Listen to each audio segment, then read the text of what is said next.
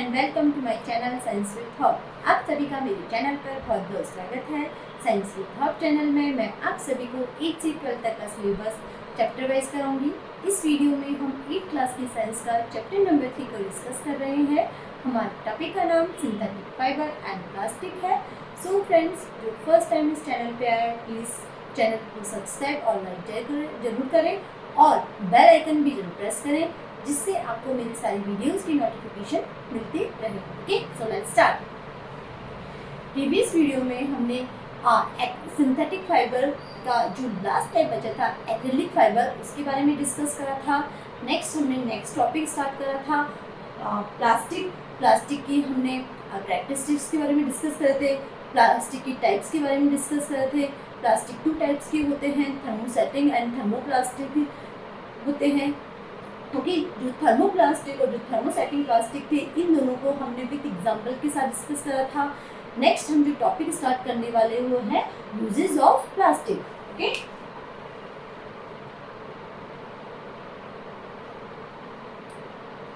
Plastic के uses.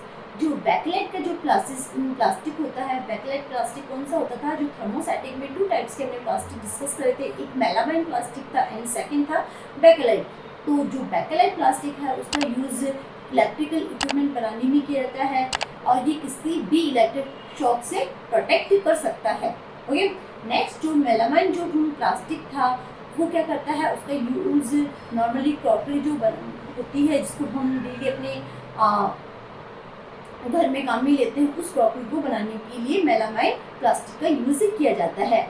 अब जो ये मेलामाइन होता है, मेलामाइन प्लास्टिक होता है, ये प्लास्टिक के अन्य फॉर्म की कंपैरिजन में क्या होता है, हीट को बहुत अधिक टॉलरेट कर सकता है। इसीलिए मेलामाइन प्लास्टिक में हॉट लिक्विड्स और डिशेस को सर्व कर सकते हैं। ओके, नेक्स्ट है प्लास्टिक का यूज़ वाइडली रूप से कार में किया जाता है, प्लेन्स में किया जाता है एंड एयरक्राफ्ट में भी। इन सभी में क्या होता है, प्लास्टिक का यूज़ होता है। नेक्स्ट क्या होता है, जो प्लास्टिक होता है ये क्या होता है, केमिकल्स की जो रिएक्शन होती है उसके लिए क्या होता है, रेसिस्टेंट होता है। इट मीन्स जो केमिकल्स होते हैं वो प्लास्टिक में स्टोर किए जाते हैं और ये जो केमिकल्स होते हैं ये प्लास्टिक से किसी तरह की रिएक्शन नहीं करते हैं।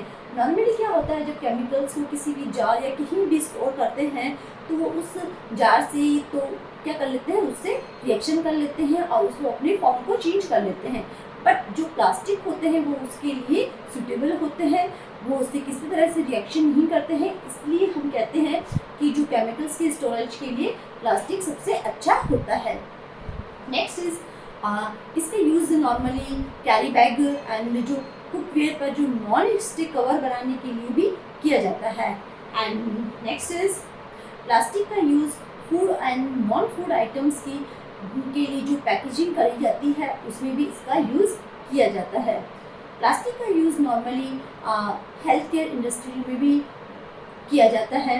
हेल्थ केयर इंडस्ट्री में जैसे ये पिल्स को बनाने में भी प्लास्टिक का यूज़ होता है, सिरिंज में भी प्लास्टिक का यूज़ होता है, डॉक्टर जो ग्लव्स वेयर करते हैं उनमें भी प्लास्टिक का यूज़ होता है और डिफरेंट टाइप के जो या फिर बहुत सारे जो मेडिकल इंस्ट्रूमेंट्स होते हैं उन सब में भी क्या होता है, प्लास्टिक का यूज़ होता है। जो वुंड होता है या घाव होता है उसकी जो उसके लिए जो थ्रेड यूज में लिया जाता है, उस थ्रेड की पैकेजिंग के लिए भी प्लास्टिक का ही यूज किया जाता है।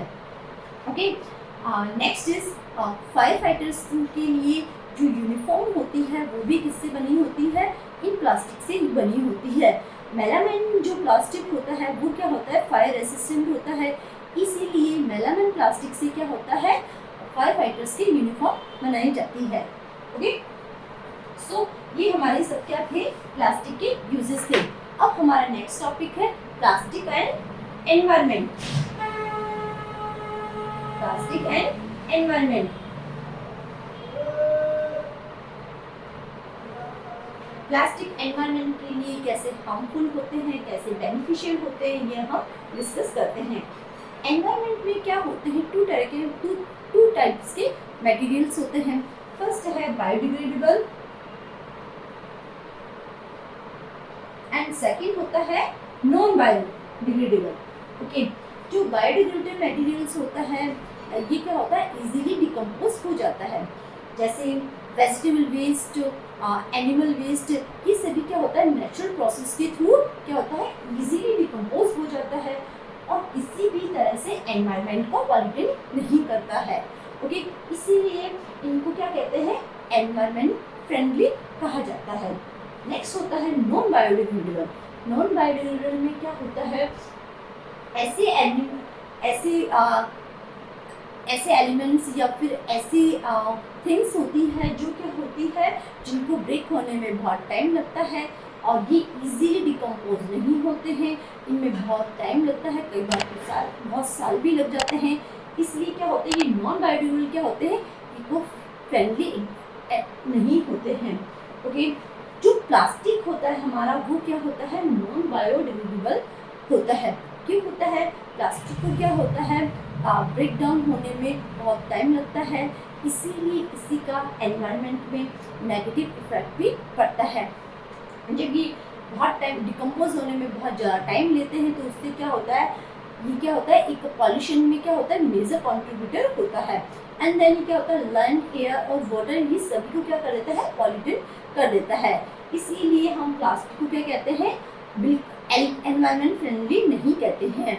ओके, इसके अलावा क्या होता है जो सिंथेटिक जो मटेरियल्स होते हैं इसकी जो बर्न होने की जो कैपेसिटी होती है या जो प्रोसेस होता है वो भी क्या होती है बहुत ज़्यादा स्लो होती है। जब प्लास्टिक को जलाया जाता है या बर्न किया जाता है तो ये पूरी तरह से बर्न नहीं हो पाती, ये पूरी तरह से डिस्ट्रॉय नहीं हो पाती। ये क्या होता है स्मॉल माइक्रो प्लास्टिक में टूट जाती है। ओके, इन माइक्रो प्लास्टिक को क्या बोलते हैं ये टिने पीसेस होते हैं। ओके, टिने पीसेस क्या होते हैं माइक्रो प्लास्टिक होते हैं। अब ये माइक्रो प्लास्टिक में टूट जाते हैं। अब इस माइक्रो प्लास्टिक को रिमूव करने में भी एनवायरनमेंट में बहुत टाइम लग जाता है या इनको रिमूव करना भी बहुत ज़्यादा डिफिकल्ट होता है। इससे क्या होता है जब ये माइक्रो प्लास्टिक होते हैं ये जब किसमें आ जाते हैं सॉइल एंड वाटर में आ जाते हैं। ओके, इनमें आ जाते हैं। जब सॉइल या वाटर में किसी भी एनिमल या ह्यूमन बीइंग के द्वारा इन माइक्रो प्लास्टिक को कंज्यूम किया जाता है तो वो क्या हो जाता है वो उनके लिए हार्मफुल होते हैं।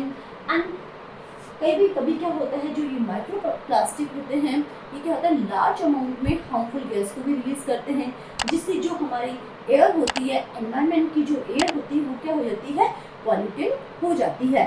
इस तरह से ये प्लास्टिक क्या होता है एनवायरनमेंट को इस तरह से हार्म करता है। एक और मेजर प्रॉब्लम ये होती है कि जो प्लास्टिक की जो प्रोडक्शन और जो डिस्पोजल होता है ना वो बहुत ही टफ होता है या बहुत डिफिकल्ट होता है। मीन्स प्लास्टिक की प्रोडक्शन में भी प्रॉब्लम होती है और डिस्पोजल तो मैंने बताया था इतना मतलब स्लो प्रोसेस चलता है। क्यों चलता है? प्लास्टिक क्या होता है फॉसिल फ्यूल्स से बने होते हैं। प्लास्टिक की प्रोडक्शन में ग्रीन हाउस गैसेस इमिशन का को जनरेट करते हैं एंड जो ये क्लाइमेट चेंज में कंट्रीब्यूट करते हैं। ओके, प्लास्टिक को जो डिस्पोजल करना बहुत डिफिकल्ट होता है क्योंकि ये इजीली ब्रेक नहीं होते हैं और इनको पूरी तरह से डिस्ट्रॉय करना पॉसिबल नहीं है और इनको इसीलिए क्या करते हैं सॉइल एंड वाटर को क्या करते हैं कंटामिनेट कर देते हैं। ओके, तो हम ये कह सकते हैं प्लास्टिक क्या होता है एनवायरनमेंट फ्रेंडली नहीं होते हैं। प्लास्टिक किसी भी तरह के एनवायरनमेंट के लिए सही नहीं होते, उसको हार्म ही करते हैं। ओके, नेक्स्ट है हेल्थ प्रॉब्लम्स। प्लास्टिक से होने वाली हेल्थ प्रॉब्लम। प्लास्टिक से कौन कौन सी हेल्थ प्रॉब्लम होती है ओके, ये सब हम डिस्कस करते हैं। प्लास्टिक के यूज से क्या होते हैं बहुत सारी हेल्थ इश्यूज होते हैं। कुछ प्लास्टिक क्या होते हैं केमिकल्स को रिलीज करते हैं जो हेल्थ इश्यूज के लिए हार्मफुल होते हैं। ओके, या ह्यूमन हेल्थ या एनिमल हेल्थ किसी भी हेल्थ के लिए क्या होते हैं हार्मफुल हो सकते हैं। फॉर एग्जाम्पल बिस्फेनॉल ए ये एक तरह का केमिकल होता है। अब ये क्या होता है नॉर्मली प्लास्टिक में यूज किया जाता है। अब इस बिस्फेनॉल केमिकल को प्लास्टिक में यूज इसलिए किया जाता है ताकि वो प्लास्टिक की क्वालिटी को बढ़ा सकते हैं। बट इस केमिकल से क्या होता है रिप्रोडक्टिव एंड डेवलपमेंट प्रॉब्लम होती है। ओके, नेक्स्ट एक और होता है थैलेट्स।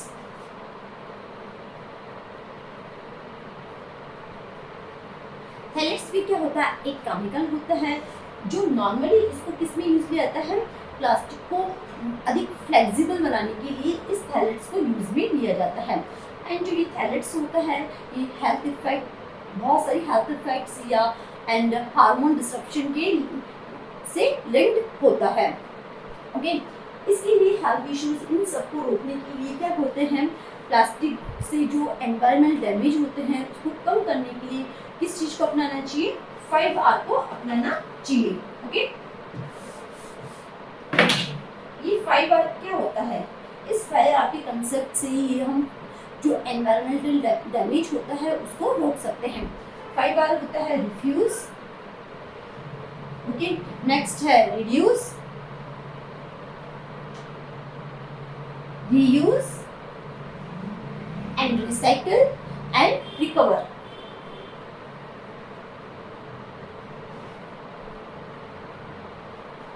ओके, ये 5R है। अगर इस कंसेप्ट को अपना लेते हैं तो जो प्लास्टिक से जो एनवायरमेंट डैमेज होता है उसको कम किया जा सकता है। फर्स्ट है रिफ्यूज। रिफ्यूज मीन्स क्या होता है, हमें उन्हीं प्लास्टिक के थिंग्स को बाय करना चाहिए जिसकी हमें नीड होती है। अदर थिंग्स को हमें नहीं लेना चाहिए। प्लास्टिक का जितना यूज़ किया जाता है वो क्या होता है ना, हार्मफुल होता है, इसलिए हमें जिसकी नीड होती है उसी तरह के प्लास्टिक को यूज़ करना चाहिए। ओके, नेक्स्ट है रिड्यूस।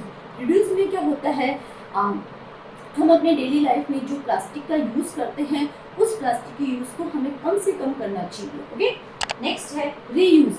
रीयूज़ क्या होता है, कुछ आइटम्स होते हैं जिसको हम है ना जैसे वो खराब होते हैं उसको फेंक देते हैं, बट उसको फेंकने की बजाय हमें क्या करना चाहिए, उसको रीयूज करके यूज़ में लिया जाना चाहिए, जिससे प्लास्टिक का यूज़ भी कम हो सकता है। ओके, नेक्स्ट है रिकवरी। रिकवरी में क्या हो गया, यूज़ किए गए जो आइटम होते हैं उनको डिफरेंट वे से यूज़ करने के लिए चेंज करना। ओके, मतलब जो अपने रीयूज में जो प्लास्टिक द्वारा बनाया था तो उस रीयूज के जो प्लास्टिक बनाया था उसमें चेंज करके उसको रिकवर किया जाता है। ओके, नेक्स्ट है रिसाइकिल। रिसाइकिल में क्या होता है, प्लास्टिक वेस्ट को फंक्शनल एंड यूजफुल प्रोडक्ट्स में सॉर्ट एंड प्रोसेस किया जाता है। एंड ये क्या करते हैं, रिजल्ट में हमें क्या मिलता है, कार्बन फुटप्रिंट को ये कम करते हैं। ओके, इसलिए प्लास्टिक को रिसाइकिल भी करना चाहिए। ओके, तो इस 5R की हेल्प से क्या कर सकते हैं, एनवायरनमेंट को डैमेज होने से बचा सकते हैं।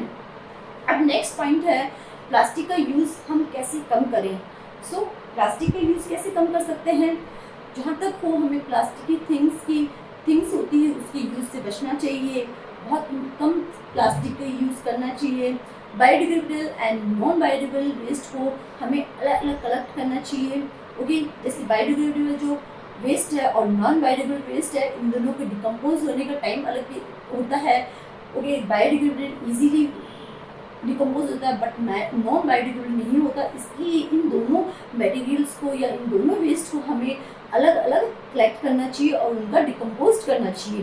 ओके, नेक्स्ट क्या है, जो प्लास्टिक बैग्स और जो प्लास्टिक आइटम्स होते हैं उनको किसी भी तरह की वाटर बॉडीज़ में, ड्रेन्स में और रोड पर फेंकना नहीं चाहिए, क्योंकि जब हम प्लास्टिक बैग्स या किसी प्लास्टिक आइटम्स को इन सभी में फेंकते हैं या वाटर बॉडीज़ में या ड्रेन्स या रोड में फेंकते हैं तो क्या होता है, वो पॉल्यूटेड हो जाते हैं।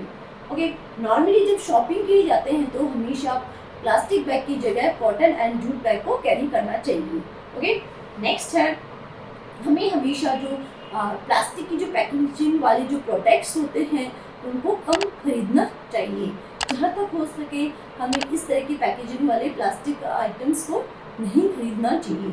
Okay, and next is plastic की रिसाइकलिंग एंड रीयूज को इनकरेज किया जाना चाहिए। It means recycle and reuse को यूज़ में अधिक लिया जाना चाहिए या फिर इसी कंसेप्ट को ध्यान में रख के प्लास्टिक का यूज़ करना चाहिए। ओके, सो ये हमारे सब प्लास्टिक से रिलेटेड टॉपिक थे। अब इनका कंक्लूजन क्या निकलता है, ये निकलता है कि प्लास्टिक के कुछ बेनिफिट्स होते हैं बट क्या होता है, प्लास्टिक एनवायरनमेंट फ्रेंडली नहीं होते हैं, इसका ह्यूमंस की हेल्थ पे भी इफेक्ट पड़ता है और ये क्या करते हैं, ह्यूमंस को भी किसी तरह की इंजरी या फिर डिजीज़ को कॉज करने में बहुत बड़ा कंट्रीब्यूटर होते हैं ये, आगे इस एनवायरनमेंट को पॉल्यूटेंट करने में भी उनका बहुत बड़ा योगदान होता है। इसीलिए हमें प्लास्टिक के जो यूज़ होते हैं उसको कम करना चाहिए। रिसाइकलिंग एंड वेस्ट मैनेजमेंट को प्रैक्टिस को इम्प्रूव करने की हमें नीड होती है। ओके, सो फ्रेंड्स, ये आज हमारा ये पूरा चैप्टर पूरा ख़त्म हो गया। अगर इस चैप्टर से रिलेटेड आपकी कोई भी क्वेरीज है तो आप मुझे एक कमेंट बॉक्स में लिख दीजिए, ताकि मैं आपको इस जो आपकी डाउट्स है उनको क्लियर करने का एक दूसरा वीडियो लेके आ जाऊंगी। Okay, so friends, please video को सब्सक्राइब और लाइक जरूर करें, और हाँ, बेल आइकन भी प्रेस करना ना भूलें। आप सभी के मोटिवेशन से ही मैं और अच्छा कंटेंट लाती रहूँगी। प्लीज़ वीडियो को कमेंट और लाइक जरूर करें। तो मिलते हैं नेक्स्ट वीडियो में एक न्यू टॉपिक के साथ।